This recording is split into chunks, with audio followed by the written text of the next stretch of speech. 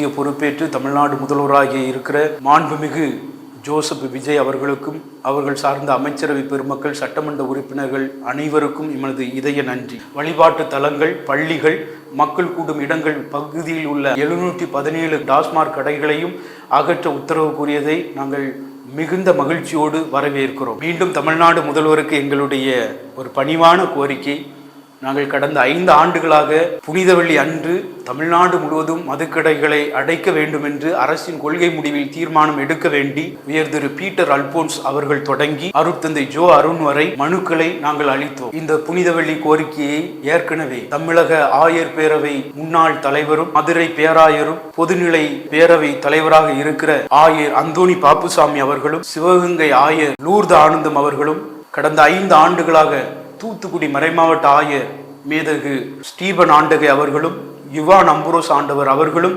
இணைந்து உண்ணாவிரதம், மனுக்கள் அளித்தல், பத்திரிகைகளுக்கு கொடுத்தல் என்று கேட்டு இருக்கிறார்கள். ஆயர் பேரவையோடு இணைந்து பல்வேறு தன்னார்வ இயக்கங்கள், சமூக நல இயக்கங்கள் அவர்களோடு இணைந்து இந்த ஆண்டு நிச்சயமாக புனித வெள்ளி அன்று மதுக்கடைகளை மூடுவீர்கள் என்ற நம்பிக்கையோடு உங்களுக்கு நன்றி செலுத்துகிறோம்.